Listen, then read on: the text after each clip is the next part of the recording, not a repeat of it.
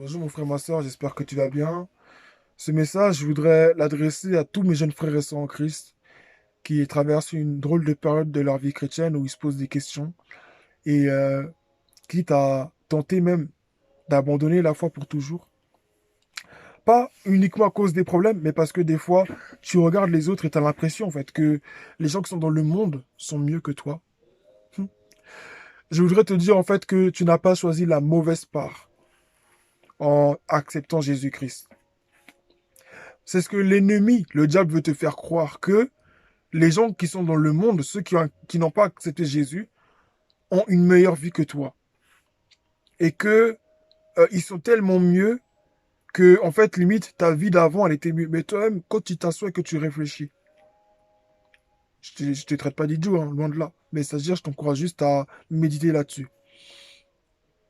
Quand tu médites sur ta vie aujourd'hui et que tu fais la différence entre ta vie actuelle et ta vie passée, et même avec ta vie future que Dieu te promet, en fait, est-ce que tu juges la vie que tu as avec Jésus et la vie que tu avais, que tu avais dans le monde, est-ce que tu juges que ces deux vies sont comparables? En mon humble avis, je pense que non. Parce qu'il n'y a pas photo entre les deux. Avant, tu n'avais pas Jésus. Tu vivais ta vie, il y avait le mal-être, l'ennemi faisait des trucs dans ta vie, tu comprenais pas, tu comprenais rien, tu étais dans les ténèbres, c'était compliqué. Maintenant, tu as accepté Jésus. Tu te sens bien, tu as fait des expériences avec Dieu ou pas, peut-être. Mais tu as accepté Jésus-Christ. Ou peut-être que tu es dans une famille chrétienne depuis longtemps et tu te dis au final, mais pourquoi je ne ferais pas comme les autres? Pourquoi je ne ferais pas ce que les autres font? Ne prends pas ce risque-là, parce que tu as choisi la bonne part. Ça, je te dis pas ça parce que... Et ça, je te le dis pas uniquement parce qu'on me l'a dit. Je te dis pas uniquement parce que mes parents me l'ont dit. Je ne te le dis pas uniquement parce qu'on me l'a dit à l'église. Je te le dis parce que je l'ai vécu. Combien de fois, certaines personnes, des fois, qui sont dans le monde, recherchent en réalité, dans tout le mal qu'ils font là, ils recherchent Jésus. Tu les vois aller en boîte de nuit, tu les vois prendre la drogue. Bon, ça, c'est des exemples typiques. Mais tu les vois, en tout cas, dans leur vie de tous les jours, sans Dieu, en tout cas. Parce que c'est pas tous les cousins croyants qui vont en boîte de nuit ou qui fument ou qui prennent la drogue, qui ont une vie de débauche. Pas forcément. Mais tu vois ces personnes qui n'ont pas Jésus. C'est pas que tu es mieux qu'eux. Voilà, ça, c'est surtout une parenthèse que je voudrais mettre en place. Ni toi ni moi ne sommes mieux qu'eux, ni mieux que ceux qui sont partis dans leur péché. Nous ne sommes pas mieux que ces personnes. Ça, c'est sûr et certain. Mais je te parle en fait de la distinction entre ta vie d'avant et ta vie d'aujourd'hui. Quand tu fais la différence entre les deux, est-ce que tu vois que c'est pareil? Non. Parce qu'en fait, aujourd'hui, tu as accepté de suivre la bonne personne. Tu as accepté de faire la paix avec la bonne personne. Le monde n'est pas en paix avec Dieu. C'est pour ça qu'il est comme ça. Si le monde était en paix avec Dieu, il y aurait peut-être des moments un peu difficiles à cause bon, du péché qui est dans le monde et tout. Il y aurait peut-être quelques personnes qui sont méchantes. Mais à cause du fait que la grande majorité de ce monde-là a accepté Jésus, waouh, il y aurait certainement des épreuves parce que voilà, on est des êtres humains, on vit des choses, d'accord. Mais je ne suis pas sûr en tout cas que ça aurait eu la même intensité que maintenant. Et toi, tu as accepté Jésus-Christ. Bon, ça, c'est une petite parenthèse, hein. Mon cas, toi, tu as accepté Jésus-Christ. Tu le suis depuis des années. Tu as l'impression qu'il n'y a aucun résultat. Et tu vois les gens qui sont dans le monde, ils réussissent tout ce qu'ils font. Ou bien des fois, tu es dans l'église. Et tu te dis, mais c'est dingue, mais c'est pas possible. Depuis, moi, j'ai pris pour ça. J'ai jamais vu de résultat. Et puis, quelqu'un, le gars, lui, je le vois, il y a des gens dans l'église, c'est pas que t'es Dieu pour les voir. C'est pas qu'on juge ou quoi. Mais tu sais que ça se voit quand quelqu'un a une vie de prière ou pas. Ça se voit. Ça se voit par son langage ou bien par ses façons de faire. Ou même peut-être que pour certaines personnes, tu as été dans l'intimité de certaines personnes, donc tu sauras peut-être mieux dire.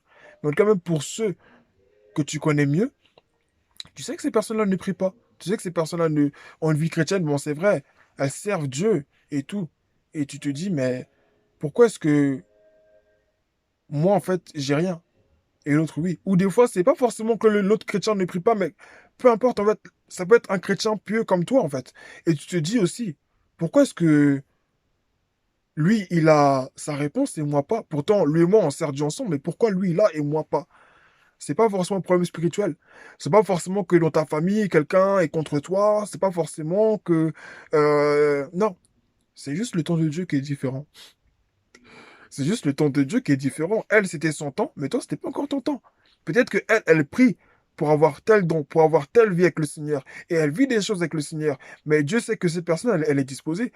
Mais peut-être que toi, tu n'es pas réellement disposé encore pour recevoir ces choses. Peut-être que tu n'es pas prêt, en fait, à recevoir ces choses. Et que c'est pour ça que Dieu ne permet pas que tu aies aujourd'hui ce que tu demandes depuis des années. Il y a des gens qui demandent à avoir, je sais pas moi, un travail, ou bien un meilleur travail, un meilleur salaire. Mais pour avoir un meilleur salaire, il faut travailler plus. Et Dieu sait que quand tu auras un meilleur salaire, là, quelle chance que tu vas avoir pour lui. Dieu le sait aussi. Dieu le voit. Il y a des gens, enfin tellement je ne sais pas, mais je sais qu'il y a des gens comme ça. Des gens, et j'en ai déjà vu, des gens qui demandent à Dieu un travail. Quand ils ont un travail, là, ils ne viennent plus à l'église. Ils demandent à Dieu de les élever dans leur vie et tout. Dieu fait grâce, il les élève. Mais quand Dieu les élève, là, ils oublient Dieu. Ah non, je n'ai plus le temps. Ah non, je peux prier. Je ne peux plus prier. Je n'ai plus le temps. Donc, sache que tu as choisi la bonne part. Si Dieu permet que tu n'aies pas d'amis, c'est pour que tu te consacres à lui. Vraiment. Si Dieu permet à ce que, depuis tout ce temps, tu cherches, tu demandes quelque chose, je sais pas, peut-être que c'est un mari, peut-être que c'est une femme, peut-être que c'est des amis, peut-être que c'est une meilleure maison, peut-être que c'est une promotion, peut-être que c'est, j'en sais rien moi. Tu veux un changement dans ta vie, mais que tu n'as pas encore vu, et tu vois les autres, tu as l'impression que eux, ils prospèrent dans leur mal en fait, ou bien ils prospèrent eux, alors que ils sont peut-être pas plus pieux que toi, et tu te dis mais pourquoi? Pourquoi Seigneur? Je voudrais te dire, en fait, premièrement, non seulement tu as choisi la bonne part, et de deux, en fait, ne te compare pas aux autres. Ça aussi, c'est quelque chose d'important. Ne te compare pas aux autres, parce que tu n'es pas les autres. Tu ne seras jamais les autres. Si Dieu a permis à ce que tu sois toi, c'est pour que tu vives la vie que lui t'a donnée. Donc ne te compare pas aux autres. Les autres, ils ont leur temps. Les autres, ils ont leur vie. C'est pas qu'ils sont, c'est pas que, il s'agit pas là d'évaluer, en fait, le niveau de grâce ou de gloire future entre différentes personnes. Il s'agit pas de comparer, le degré de la hauteur où Dieu veut t'emmener pour dire que, ah, certainement que si ça dure plus longtemps, c'est que la gloire, elle est plus grande. Ce qui n'est pas forcément faux. Mais il ne s'agit pas là, en fait, de se comparer aux autres pour dire, ah, ben, certainement que Dieu veut me mener plus loin. Certes, pourquoi pas? Mais il ne s'agit pas de ça dans un premier temps. Déjà, il faut, déjà dans un premier temps, en fait, accepter le temps de Dieu. Accepter le temps de Dieu. Moi, j'ai des projets personnels, je vais pas forcément les dire sur YouTube, mais j'ai des projets personnels pour lesquels moi-même, j'attends le Seigneur. Je vois d'autres autour de moi qui, ayant un projet plus ou moins similaire, entrent dans ces projets. Et moi, non. Mais quand je regarde ma vie, que j'analyse ma vie, je sais que si ce projet j'entre maintenant, ce que Dieu me demande de faire aujourd'hui, je ne pourrais pas le faire. Si Dieu me donnait à moi, parce que ce que je vous dis, il y a des choses quand même qui me concernent, dans les exemples que je donne, il y a des choses qui me concernent. Moi, combien de fois j'ai demandé à Dieu, Seigneur, donne-moi des amis. Donne-moi des amis, Seigneur, je veux vraiment avoir des gens avec qui je vais marcher, des gens avec qui je vais aller au dehors, des gens avec qui je vais être. Mais je sais pertinemment, et Dieu me l'a déjà montré de toutes les évangélisations qu'il m'a permis de faire, que si là j'avais un ami, mais je ne serais pas allé évangéliser. Si j'avais un ami, là, je serais peut-être pas en train de prier et je ne serais pas aujourd'hui en train de faire cette vidéo. Parce que je serais peut-être trop dans les sentiments de ah, mon ami, on va aller manger, mon ami. Dieu sait ce qu'il fait. C'est vrai que des fois, on en souffre un peu. On se dit, mais Seigneur, mais pourquoi? Mais pourquoi? Mais pourquoi? Pourquoi l'autre il a ça et moi j'ai pas? Pourquoi l'autre il peut faire ci et moi pas? T'as l'impression que limite, plus tu sers Dieu en fait, et plus de mal il t'arrive. Mais il faut que tu comprennes que tout ça, ça fait partie non seulement de la vie chrétienne et d'un véritable enfant de Dieu. Parce qu'un véritable enfant de Dieu qui cherche Dieu de tout son cœur, on rencontre forcément des oppositions. Et les oppositions, c'est pas forcément des gens, ça peut être des personnes.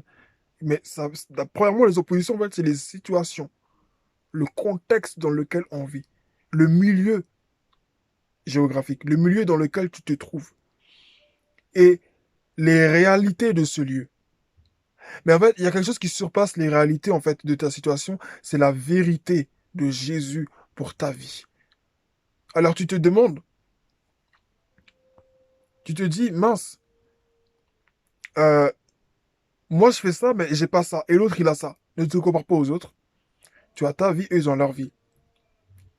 Ne regarde pas à ta vie pour dire c'est pas possible ou bien les autres ils sont tellement et moi je suis tellement. C'est-à-dire que tu élèves les autres et toi tu te rabaisses. Ne fais pas ça. Attends Dieu. Sers Dieu de tout ton cœur, de peur qu'en fait, parce qu'en fait, te comparer aux autres, où est-ce que ça va te mener? Ça va faire en fait que tu vas rater en fait l'œuvre que Dieu t'a demandé de faire. C'est ça ce qui va se passer. Tu risques de rater en fait ce que Dieu t'a demandé de faire. Et c'est pas bon. C'est pas bon. Parce que tout ce qu'on vit dans notre vie, de bien ou de mal, c'est censé nous enseigner. Ça, actuellement, tu regardes les gens du monde et tu les envies. Tu regardes certains chrétiens, tu les envies. Dieu est en train de te parler, mais tu n'as pas encore compris. Il est en train de te dire, déjà arrête d'envier les autres. Et demande-moi pourquoi. Parce que c'est ça l'important. Des fois, notre problème à nous, à certains chrétiens, c'est qu'on ne demande pas au Saint-Esprit pourquoi.